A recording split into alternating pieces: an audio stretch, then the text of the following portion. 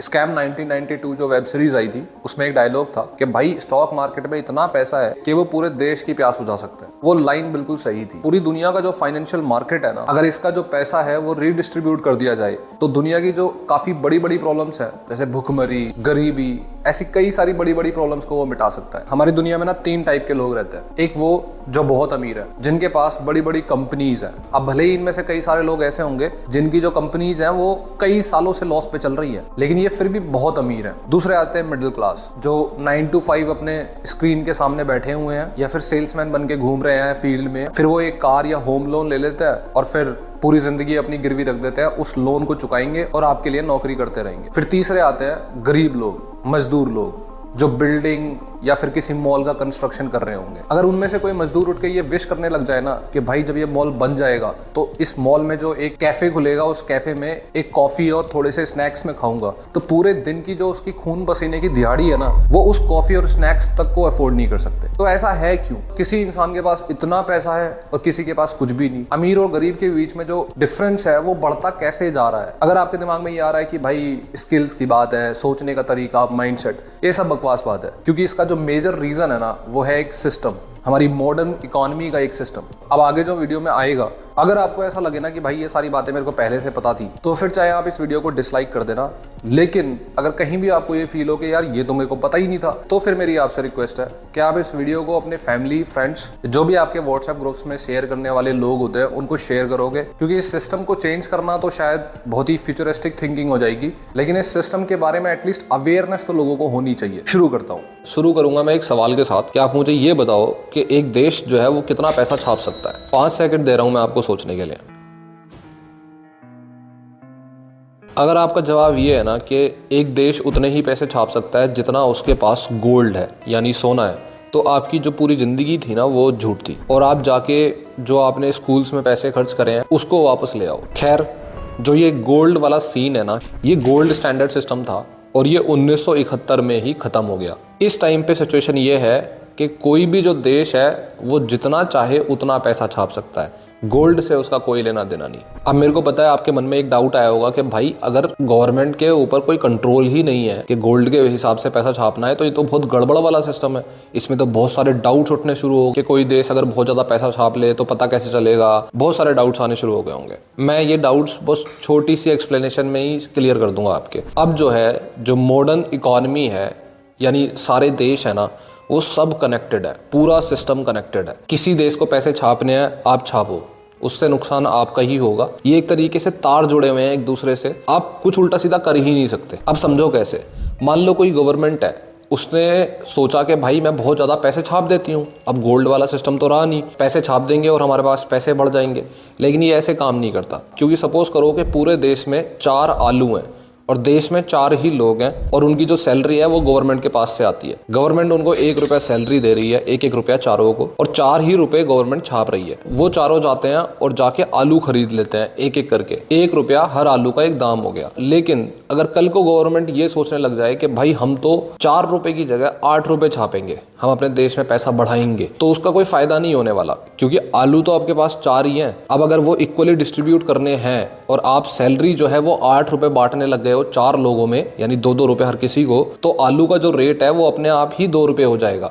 वरना तो आलू एक ही बंदा ले जाएगा और सबको मिल ही नहीं पाएंगे। डिमांड एंड सप्लाई की कहानी है। तो किसी भी देश को नोट ज्यादा छापने से कोई फायदा नहीं होगा। अब एक डाउट और आएगा दिमाग में कि भाई ऐसा भी तो कर सकते हैं कि इंडिया जो है वो बहुत सारे पैसे छाप ले और अपने देश में उसको खर्च ना करे, उसको डॉलर्स में कन्वर्ट करके और डॉलर्स में खर्च करना शुरू कर दे अमेरिका में, वहां से चीजें खरीदनी शुरू कर दो, तो किसी को पता ही नहीं चलेगा। और दिक्कत होगी तो यूएसए में होगी, क्योंकि हम उनका सामान खरीद रहे हैं। ये चीज भी पॉसिबल नहीं है। जैसे मैंने अभी आपको बताया था कि पूरा जो सिस्टम है वो कनेक्टेड है। अब यूएस डॉलर जो है और इंडियन रुपया जो है वो भी अपने आप में आलू टमाटर ही है एक तरीके से। अगर आप ग्लोबल मार्केट में, यानी पूरी दुनिया के मार्केट में जाओगे और रुपए से डॉलर को लेने की कोशिश करोगे, तो यहाँ पे क्या हो रहा है?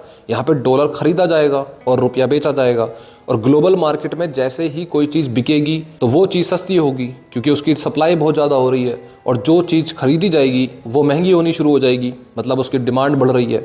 तो अगर इंडिया या किसी भी कंट्री ने ऐसे कोशिश भी करी ना कि बहुत सारे पैसे छाप के और डॉलर में कन्वर्ट कर देंगे, तो वो ग्लोबल मार्केट में उसी करेंसी का रेट बहुत तेज़ी से गिरने लग जाएगा। तो $1 अगर 50 रुपये का आ रहा है तो वो सीधे सीधे 200-300 होने में उसको देर नहीं लगेगी अगर आपने पैसे ज़्यादा छाप लिए तो। अब यहाँ तक आप ये समझ गए हो कि पैसा छापने से ज़्यादा कोई फ़ायदा नहीं मिलने वाला, लेकिन एक तरीका है जिससे आप अपने देश का फायदा कर सकते हो। अगर आपके पास जो 4 आलू हैं, जो मैंने पहले एग्जांपल दिया था, वो 4 आलू की जगह आपका देश मेहनत करके 6 आलू बनाने लग जाए, उसके बाद अगर 6 आलू हो गए तो आपके सिटीजन्स को ज़्यादा आलू मिल जाएंगे, प्राइस भी ड्रॉप कर सकते हो जब आपके पास क्वांटिटी ज़्यादा है। तो मैटर क्या करता है? मैटर ये करता है कि आपका देश कितनी मेहनत कर रहा है, आपके लोग कितनी मेहनत कर रहे हैं किसी प्रोडक्ट को बनाने में या कोई सर्विस देने में, और इसी को बोलते हैं जीडीपी।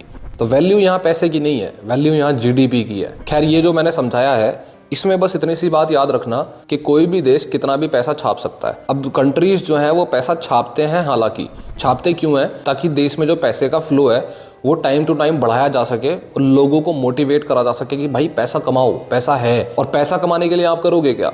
आप प्रोडक्ट और सर्विसेज प्रोड्यूस करोगे जिसकी वैल्यू है देश को ग्रो करने के लिए। अब ये चीज ध्यान रखना कि कोई भी देश कितना भी पैसा छाप सकता है और पैसा छप ही रहा है। इसीलिए जो लोगों की सैलरी कभी 1000 रुपए हुआ करती थी पूरे महीने की, वो अब लाख लाख रुपए से ऊपर पहुंच चुकी है। खैर, ये याद रखना। अब मैं आता हूँ अपने दूसरे सवाल पे। आप मुझे ये बताओ कि बैंक जो है वो पैसे कैसे कमाती है? बड़े बड़े सिटीज के मॉल्स में ये शॉप्स रेंट कर लेते हैं, वो भी छोटी छोटी 4 दुकानों के साइज की दुकान रेंट करते हैं। अंदर एम्प्लॉइज जो होते हैं वो भी 10-12 एम्प्लॉइज, 30-40 हज़ार से कम किसी की सैलरी नहीं है, एसी चल रहे हैं मस्त। पहले तो लोग एटीएम में हवा खाने भी जाते थे। तो ये सारा पैसा, इतनी कमाई बैंक करता कैसे? आप बोलोगे कि भाई ये तो बहुत ही सिंपल सी बात है ना, बैंक जो है वो हजारों करोड़ों में डील करता है। लोग बैंक के पास डिपॉजिट करते हैं अपना पैसा, सेविंग्स, और बैंक जो है उसे लोन दे देता है उस पैसे को, या फिर स्टॉक्स में इन्वेस्ट कर देता है। तो बैंक जितना पैसा लोन देता है वो देता है 10, 12, 13, 14, 15% पे, और जो बैंक लोगों की सेविंग्स पे ब्याज दे रहा होता है वो 6-7% है। तो इन दोनों का जो डिफरेंस है वो बैंक की कमाई हो जाती है,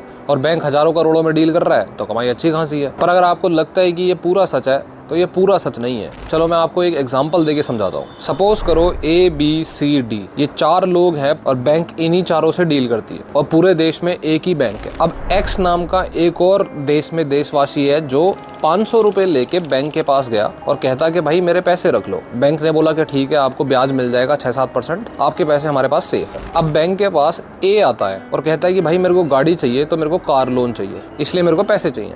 बैंक जो है वो 500 में से 100 रुपए बचाता है और 400 रुपए उसे लोन दे देता है डॉक्यूमेंटेशन कराने के बाद। 100 रुपए इसलिए बचाता है कि गवर्नमेंट की कुछ गाइडलाइंस वगैरह हैं, तो कुछ पैसा बचा लेता है। अब नॉर्मल दुनिया को जो लगता है वो ये है कि बैंक A से 10% ब्याज लेगा और X को सिर्फ 6% ब्याज देगा। तो यहाँ से जो पैसे का डिफरेंस है वो बैंक की कमाई है, और ये सच नहीं है। क्यों नहीं है? क्योंकि हम जो भूल जाते हैं वो ये है, A जब गाड़ी खरीदने किसी और बंदे के पास जाएगा लोन का पैसा लेके, तो उस बंदे का जो अकाउंट है वो भी उसी बैंक में है। अगर पूरे देश में एक बैंक है, तो नहीं भी है तो भी बैंकिंग सिस्टम एक ही होता है, तो बात सेम ही है। तो जो हमें फील आ रहा था कि बैंक से A ने जो लोन दिया है वो 1 साल, 2 साल, 4 साल में चुकता होगा और उससे कमाई होगी, वो सिर्फ 15 मिनटों में चुकता हो जाता है, और बैंक फिर उस पैसे को दोबारा लोन देता है B को, और ऐसे ही ये साइकिल फिर रिपीट होती है और फिर लोन जाता है C को। तो अगर मैं सिर्फ 3 साइकिल मान लूँ तो 400 रुपये का लोन एक बंदे को गया था, तीनों को मिला के 1200 रुपये का लोन हो गया,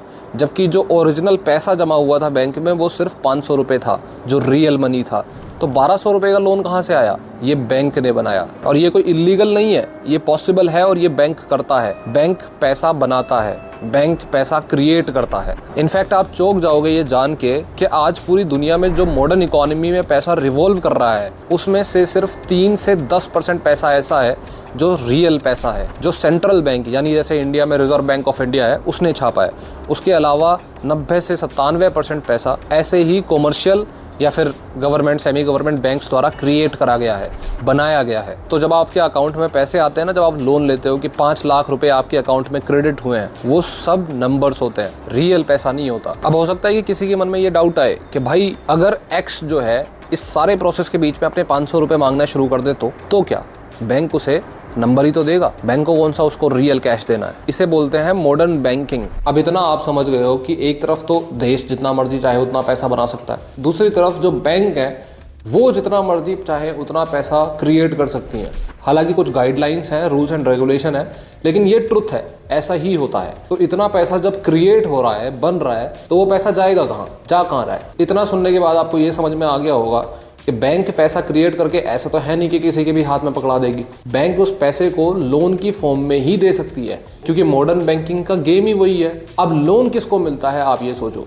लोन उसी को मिलता है जिसके पास ऑलरेडी उसको चुकाने के लिए एक बिजनेस प्लान हो, या फिर उसके पास उस लोन को लेने के लिए गिरवी रखने के लिए कुछ हो।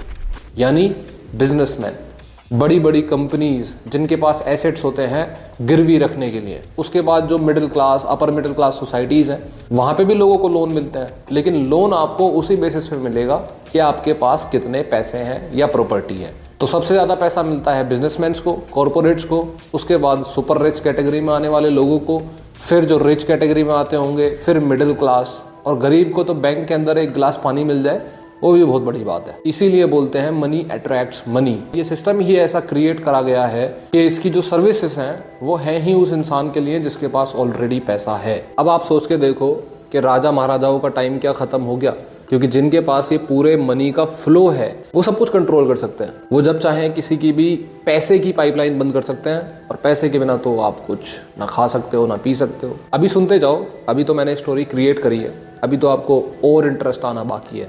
अब आप ध्यान से सुनना। सपोज करो कि किसी बैंक के पास 1000 करोड़ रुपए डिपॉजिट में है, मतलब हम जैसे आप जैसे लोगों का डिपॉजिट उस बैंक में है। अब इन 1000 करोड़ में से जो इंडिया की गवर्नमेंट की गाइडलाइंस हैं यानी रूल्स हैं, उसके हिसाब से 4% आपको जो पैसा टोटल आपके पास है रियल मनी, उसका आपको रिजर्व बैंक ऑफ इंडिया में जमा कराना पड़ेगा। उसके अलावा 14% पैसा, मतलब जितना भी डिपॉजिट है उसका, आपको लिक्विड एसेट्स में रखना पड़ेगा। लिक्विड एसेट्स मतलब गोल्ड की फॉर्म में या ऐसे कुछ, ताकि अगर कुछ ऊपर नीचे हो जाए तो मैनेज करा जा सके। इसके अलावा जो पैसा बचा वो आप लोन पे दे सकते हो। अब 1000 करोड़ में से बचा 780 करोड़, लेट सपोज, इजी करने के लिए 780 करोड़ बचा, ये लोन पे चला जाएगा। अब सपोज करो किसी ने वो 780 करोड़ का लोन लिया, और उस लोन को लेके अपनी जेब में तो रखेगा नहीं, वो उसको खर्च करेगा। बिजनेस पर्पस के लिए लोन ले रहा है, बड़ी बड़ी कंपनीज ही लेती हैं इतना बड़ा लोन। खर्च करेगा तो वो किसी और बैंक में जाएगा 780 करोड़।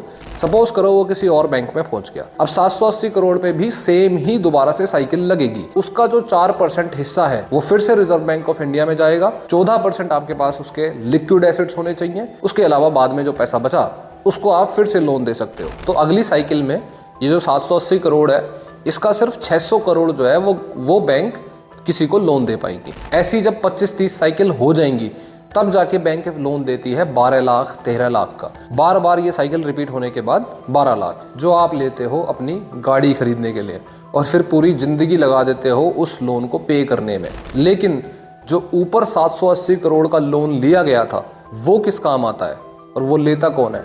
बड़ी बड़ी कंपनीज, पैसे वाले लोग, रिच, सुपर रिच। अभी जो बड़ी बड़ी कंपनीज हैं, बिजनेसमैन हैं, ये 780 करोड़ 600 करोड़ इतना लोन लेते हैं, जो मेजर हिस्सा है, जो पहली साइकिल का हिस्सा है। और ये जो लोन लेते हैं ये कंपनी के नाम पे लेते हैं। मतलब अगर कल को हम लोन चुकाने में यानी अपने बिजनेस को बढ़ाने में फेल हो गए और बैंक को अगर हम लोन चुका नहीं पाए तो क्या है, भाग जाएंगे लंदन। विजय माल्या, नीरव मोदी चले गए। इसी तरीके से ही इंडियन बैंक्स का लोन था उनके ऊपर, और अगर उनका बिजनेस सक्सेसफुल हो गया तो बल्ले बल्ले है ही, दुनिया भर के पैसे हैं। लेकिन इसमें पिस्ता कौन है? पिस्ती है मिडिल क्लास। तो ये आप समझ गए कि मोटा मोटा जो बैंक का लोन जा रहा है वो बड़े बड़े बिजनेसमैन को जा रहा है। अब बड़े बड़े बिजनेसमैन या फिर बड़ी बड़ी कंपनीज, पहली चीज तो अगर वो कंपनीज फेल हो गई ना, तो मोस्टली कंट्रीज में ये रूल होते हैं कि भाई बिजनेस अगर फेल हो गया तो बिजनेस के जो एसेट्स हैं उनका यूज करा जाएगा लोन चुकता करने के लिए बैंक्स द्वारा। उस इंसान का जिसने बिजनेस स्टार्ट किया है ना, उसकी पर्सनल प्रॉपर्टी से कोई लेना देना नहीं है। पहली चीज तो यही बहुत बड़ी दिक्कत वाली बात है कि कोई भी मिडिल क्लास आदमी, गरीब आदमी, उसको कोई ऐसे लोन देगा किसी बिजनेस को स्टार्ट करने के लिए कि अगर उससे वो फेल हो जाए तो उसकी पर्सनल प्रॉपर्टी से उसका कोई लेना देना नहीं। खैर, अगर बिजनेस फेल हो गया तब तो भागने की ऑप्शंस और ये लीगल खेल लॉयर द्वारा ये सब तो होता रहेगा। लेकिन बिजनेस सक्सेसफुल हो गया तो फिर पैसा ही पैसा है। कैसे? अब मैं पूरी दुनिया का सिनेरियो लेके चल रहा हूँ, सिर्फ इंडिया की बात नहीं कर रहा। जैसे 2010 में एक कंपनी थी, उसका नाम था WMF। अब ये बेचारी बड़ी सही सी कंपनी थी, कटलरी बनाती थी, एक तरीके से ओल्ड और कल्चरल टाइप की कंपनी थी जर्मनी की। ये बनाते थे कांटे, चम्मच वगैरह बनाते थे, और वहाँ जर्मनी में बहुत अच्छा खासा एम्प्लॉयमेंट देते थे। कंपनी के वर्किंग आवर्स बढ़िया थे, वर्कर्स जो है उनकी लाइफ भी अच्छी थी, काम नॉर्मल करना है, पैसे अच्छे मिलते थे, सब कुछ बढ़िया चल रहा था। 2010 की बात है, एक बड़ी कंपनी थी KKR, उस कंपनी ने इस कंपनी को खरीद लिया। खरीदा कितने का? 600 मिलियन यूरोस का। अब ये याद रखना आप, 600 मिलियन यूरोस। अब KKR ने WMF को खरीदा ही इसलिए था क्योंकि उनको पता था कि इस कंपनी में जो वर्कर्स हैं उनसे काम कम कराया जाता है और सैलरी बहुत अच्छी दी जाती है। ऊपर से जो वो कंपनी है उसके जो प्रोडक्ट्स हैं वो सस्ते भी ठीक ठाक हैं, ताकि जो नॉर्मल जनता है उनको प्रॉब्लम ना हो। तो इस कंपनी को ज़्यादा प्रॉफिटेबल बनाना बड़ा आसान है। वर्कर्स को कम सैलरी दो, मेहनत ज़्यादा कराओ, बाहर के लोग लेके आ जाओ और प्रोडक्ट्स जो बना रही है कंपनी उसको महंगा कर दो। बड़ा सिंपल सा कॉन्सेप्ट है। इसीलिए इस कंपनी को 600 मिलियन यूरोस में खरीद लिया गया। अब 600 मिलियन यूरोस में से 500 मिलियन यूरोस कहाँ से आए? बैंक लोन से। उस कंपनी के सिर्फ 100 मिलियन यूरोस थे, उसके अलावा 500 मिलियन यूरोस बैंक का लोन। वो लोन जो रियल मनी नहीं होता, बैंक क्रिएट करती है। ऐसे ही लोन्स को लेके बड़े बड़े बिजनेसमैन जब अनसक्सेसफुल हो जाते हैं तो भाग जाते हैं। अब 5-7 साल तक छोटी कंपनी पे बड़ी कंपनी ने मेहनत लगाई, वर्कर्स को श्रिंक किया, उनसे ज़्यादा मेहनत कराई, फायर किया, नौकरी से निकाला, उन्हें मतलब घिस दिया बढ़िया करके वर्कर्स को, ताकि प्रोडक्ट्स ज़्यादा अच्छे बनाओ, ज़्यादा क्वांटिटी में बनाओ। और प्रोडक्ट्स की जो पैसे थे वो भी महंगे कर दिए। बहुत ही कॉमन सेंस वाली बात है कि उस कंपनी ने प्रॉफिट जनरेट करना शुरू कर दिया और अच्छा खासा प्रॉफिट जनरेट करना शुरू कर दिया। कुछ ही सालों बाद 2016 में WMF कंपनी, जिसको खरीदा गया था 600 मिलियन यूरोस का, उसको 1.4 बिलियन यूरोस का बेच दिया गया। सिर्फ 5-6 सालों में प्रॉफिट कितना हुआ? 900 मिलियन यूरोस। और 900 मिलियन यूरोस 600 मिलियन यूरोस की इन्वेस्टमेंट पे नहीं, सिर्फ 100 मिलियन यूरोस की इन्वेस्टमेंट पे, क्योंकि बाकी सब तो लोन था। अब इसमें पिसा कौन? पिसी नॉर्मल जनता, मिडिल क्लास जनता, वो वर्कर्स जो उसमें काम करते थे, ताकि कंपनी को प्रॉफिट में लाया जा सके। तो अब थोड़ा समझ में आना शुरू हुआ कि ये जो पूरा सिस्टम है ये एक गेम है जो बनाया गया है फॉर द रिचेस्ट। अब आप सोचो कि आप कोई भी ऐसी नौकरी बताओ जो इस पूरी मेथडोलॉजी को बीट कर सकती है, मतलब पैसे कमाने के स्कोप में। आप अगर 1 करोड़ रुपए महीने भी कमा रहे हो ना किसी नौकरी से, तब भी आप बासी रोटी खा रहे हो इस पूरे बड़े मॉडर्न बैंकिंग और मॉडर्न कैपिटलिज्म के अंदर। और ये बताने की ज़रूरत तो है नहीं कि यहाँ सब कुछ जो होता है वो पैसे से होता है, और पैसा जो है वो नंबर है। और नंबर कौन कंट्रोल कर रहा है? वो जिनके पास ऑलरेडी बहुत सारे नंबर्स हैं। तो राजा महाराजाओं का टाइम तो चला गया, पर राजा महाराजा हैं। अब आपको चाय जो है वो 10 रुपये वाली पीनी है, 300 रुपये वाली पीनी है, या घर की पीनी है, वो आप देख लो। चल चाय बना।